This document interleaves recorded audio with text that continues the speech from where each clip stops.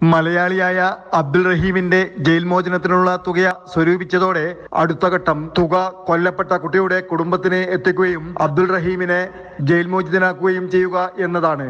Indian വിദേശകാര്യ മന്ത്രാലയം വഴിയാണ് തുക സൗദിയിലെ ഇന്ത്യൻ എംബസിയുടെ അക്കൗണ്ടിൽ എത്തിക്കുക. തുടർന്ന് ഏകദേശം 15 മില്യൺ റിയാൽ വരുന്ന തുക സൗദി കോടതിയുടെ മധ്യസ്ഥതയിൽ കൊല്ലപ്പെട്ട കുടുംബത്തിന് കൈമാറും. അവര് എംബസിയിലേക്ക് നിർദ്ദേശം കൊടുത്ത് എംബസിയുടെ അക്കൗണ്ടിലേക്ക് 34 കോടി എത്തുന്ന വർഷം 15 മില്യൺ റിയാല് ഉടനെ തന്നെ ഇവരുടെ ബന്ധുക്കൾക്ക് കോടതി മുഖാന്തരം കൈമാറാൻ സാധിക്കും. അതിന് പ്രത്യേക കോടതിയുടെ നിർദ്ദേശപ്രകാരം ഈ സൗദിയിലെ ഒരു ബാങ്കിൽ അവരുടെ കുടുംബത്തിന്റെ പേരിൽ അക്കൗണ്ട് തുറക്കും.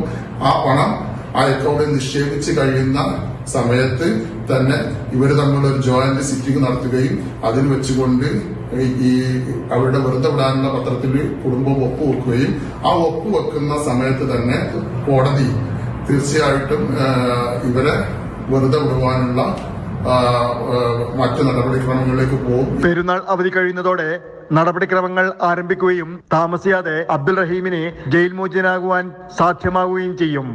Jafar Ali Palakkode, Mathrubhumi news, Saudi Arabia.